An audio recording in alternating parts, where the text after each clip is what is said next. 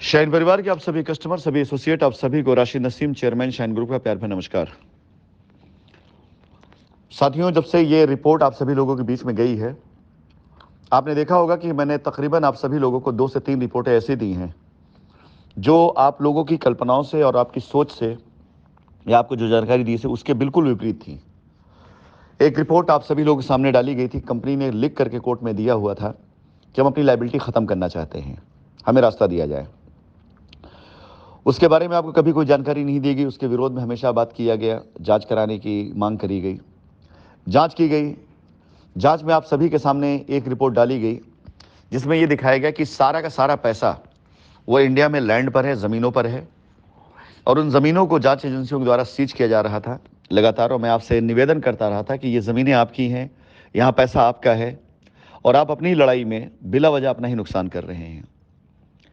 मैं शुरुआती दौर से लगातार कहता चला आ रहा था कि कंपनी के ज़्यादा तक फंड इंडिया में ही पड़े हुए हैं, सारे फंड, बट ज़्यादा तक फंड ज़मीनों पड़े हुए हैं, और काफ़ी हद तक फंड एडवांस के तौर पर एसोसिएट्स के पास, किसानों के पास और बिल्डरों के पास पड़े हुए हैं। इस जांच रिपोर्ट में जो चीज़ें दी गई हैं, ये तकरीबन 150 से 200 पेज की जांच रिपोर्ट है ये, और इसमें ऐसे बहुत से नाम दिए गए जिनको मैं अभी उजागर नहीं कर रहा हूं, क्योंकि वो रिपोर्ट इस पर डाल करके उसे उजागर करने से ना तो आपका कोई फ़ायदा होगा, ना हमारा कोई फ़ायदा होगा, ना वो पैसा दे देने वाले हैं। लेकिन जो शुरू से मैं कहता चला आ रहा था कि बहुत ढेर सारे फंड ऐसे हैं जो आपकी लायबिलिटी उतारने के लिए दिए गए। ऐसे बहुत से लोग जो जानते भी नहीं सवाल कर रहे हैं आज की कंपनी के पास कस्टमर की डिटेल थी तो इनको पैसा देने की क्या ज़रूरत थी। तो मैं आपको बताऊं कि आप में से बहुत से लोगों की चेकें जब लोगों ने ले लिया, और लेने के बाद उन चेकों को लोगों ने या तो कंपनी में जमा करके पार्शियल पेमेंट ली। पार्शियल पेमेंट मतलब कि अगर आपके पास, आप जैसे 10 लोगों से 10-10 लाख की चेक ली गई, यानी 1 करोड़ की चेक उनके पास आ गई, 1 करोड़ की चेक जमा करके सरेंडर करके उसके बदले में 25 लाख 50 लाख ऐसे करके 2 से 3 पार्ट में कुछ पैसा लिया गया, कुछ बुकिंग कराई गई, कुछ लॉयल्टी लिया गया। अब आपका पैसा था, उस पैसे पे कंपनी से अगर कुछ पैसे ले लिए गए जो अब अकाउंट में दिखाई देंगे आपको, जो जांच में भी दिखाई देंगे। अगर लॉयल्टी लिया गया तो लॉयल्टी में भी उस लॉयल्टी को बेचकर किसी तीसरे कस्टमर को पैसा अपने अकाउंट में लिया गया। वो पैसा आपको दिया जाना चाहिए, दिया गया कि नहीं दिया गया ये नहीं पता, मिल गया होता तो आज परेशान ना हो रहे होते। और इसके साथ ही साथ उसी लॉयल्टी से कुछ प्लॉट बुक करा करके अपने रिश्तेदारों के नाम पर, अपने परिवार के नाम पर, या कोई ईएमआई चुका करके लोगों ने इस तरह से उस लॉयल्टी को ख़त्म किया।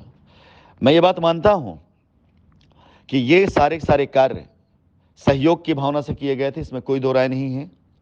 लेकिन जब कंपनी के ऊपर आपदा आई तो ऐसा सहयोग किस काम का कि जब प्याउट बन रहा है तो सहयोग है, और जब आपदा आई सामने खड़े होकर के बात करनी पड़ी, मामला समझाना पड़ा, कस्टमर से बात करनी पड़ी, तो सारा इल्ज़ाम कंपनी पे दे करके, झूठे आरोप लगा करके और कंपनी के ऊपर केस करा करके, लोगों को उकसा करके खुद किनारे हट जाना, ये कहाँ का सहयोग होता है। मैं ये बिल्कुल अपेक्षा किसी से नहीं करता था कोई अपने घर से पैसा लाकर कस्टमर पैसा चुकाए। मैं अपेक्षा किसी से नहीं करता था कि किसी के खिलाफ एफआईआर हो और उस पर दबाव डाल करके वो पैसा चुकाए।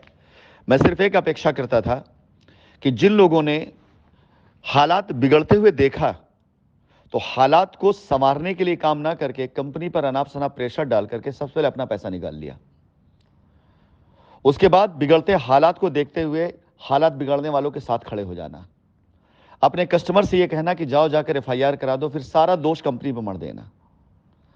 अगर ये हालात ना क्रिएट किए गए होते पहले दिन से ही, जब ये हालात बिगड़ रहे थे तो पहले दिन से ही दमदारी के साथ खड़े हो जाना कि नहीं, इस कंपनी ने पीछे कई सालों तक ऐसी कई सिचुएशंस को देखा और पार किया है, फिर पार कर ले जाएगी, आप चिंता मत करो, हम साथ खड़े हैं।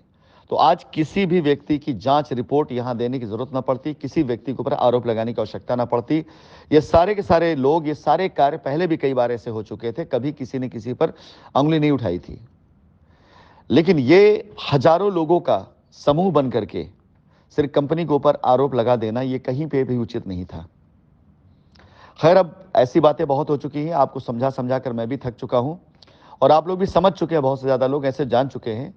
लेकिन मैं आप लोगों को सिर्फ अपनी बात का जो अंत है उसका जो मतलब बताना चाहूंगा।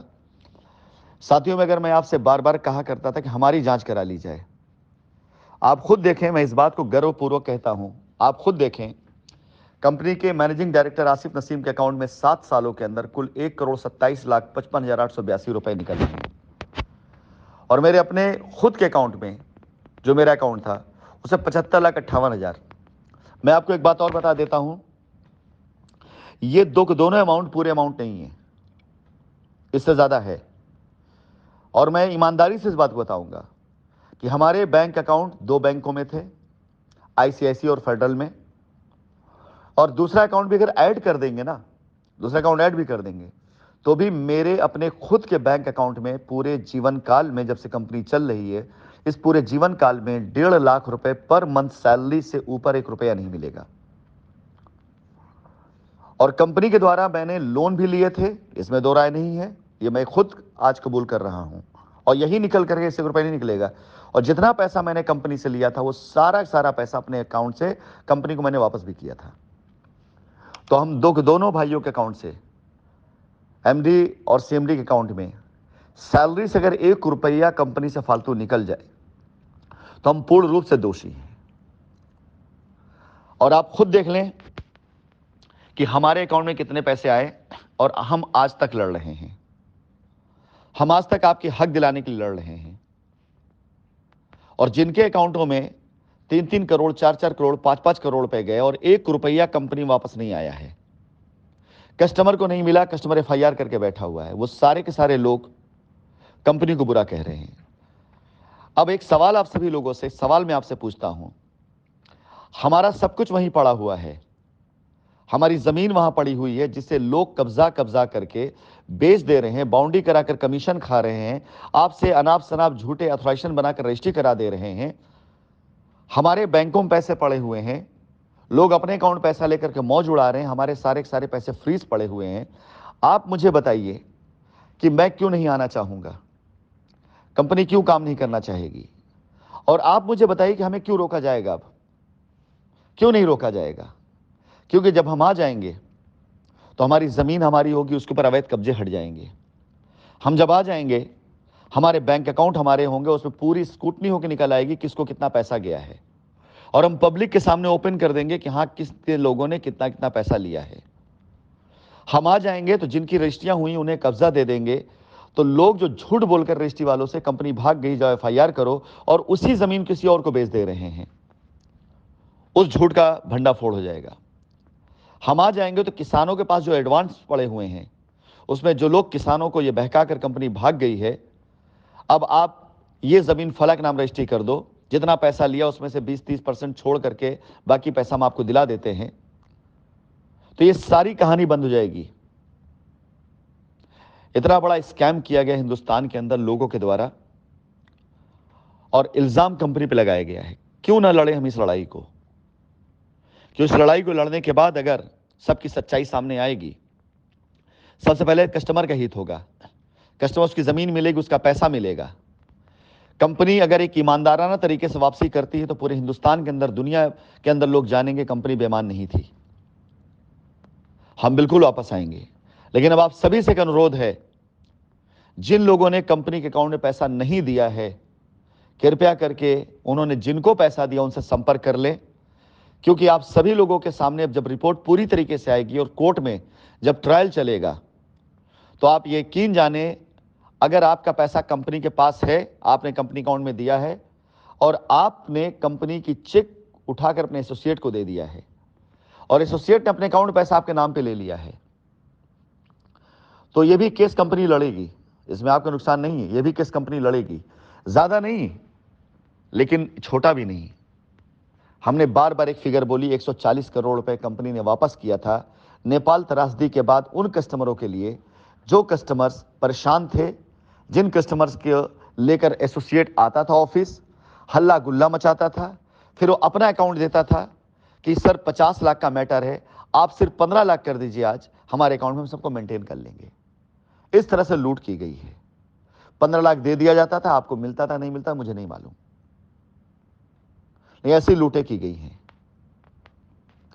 साथियों, सिर्फ यह कहना चाहूंगा ये राशिद नसीम और शाइन ग्रुप है जो आपसे संपर्क रख करके आपका पैसा दिलाने की लड़ाई लड़ रहा है। अन्यथा अगर आज कंपनी पलट जाए इस बात को लेकर के, तो पहले कंपनी अपनी वसूली करेगी, रिकवरी की लड़ाई तो हम लड़ ही रहे हैं। हमारे सामने जो केस निकल कर सामने आएगा कि इतनी लायबिलिटी हमारी देने के तैयार हम बैठे हुए हैं। हम बिल्कुल बाकायदा अगर कानून के तौर से जाना चाहें तो जा सकते थे, उसमें एक लंबा समय हमें मिलता है, लेकिन फिर भी हम आपका दर्द समझ करके आपके साथ खड़े रहें, लड़ते रहें, आपके लिए लड़ते रहें। आप हमारे खिलाफ थे, फिर भी हम आपके फेवर में रहें, सिर्फ इसलिए कि नहीं, एक बार लायबिलिटी खत्म कर लेंगे, बाकी सारी चीज निपट जाएंगी। लेकिन अगर हम अपनी लड़ाई लड़ने पर आ गए तो इनमें से कोई नहीं बचेगा जिनका नाम अब एजेंसियों के द्वारा खुद चार्जशीट में आ रहा है। और ऐसे लोगों को मैं बता दे, चेतावनी दे देता हूं कि जो नाम चार्जशीट में आ रहा है ना, कोर्ट में जब ये सबमिट होगा तो कोर्ट के द्वारा आप सब लोगों के खिलाफ कि ये पैसा क्यों आपने लिया, किस लिया, ब्यौरा देने के लिए आप सबके खिलाफ सम्मन इशू होगा। आना पड़ेगा हर एक इंसान को कोर्ट में, आना पड़ेगा सफाई देने के लिए, अन्यथा इस पैसे के एवज में जितनी संपत्तियां बनी ना, सब के सब सीज होंगी।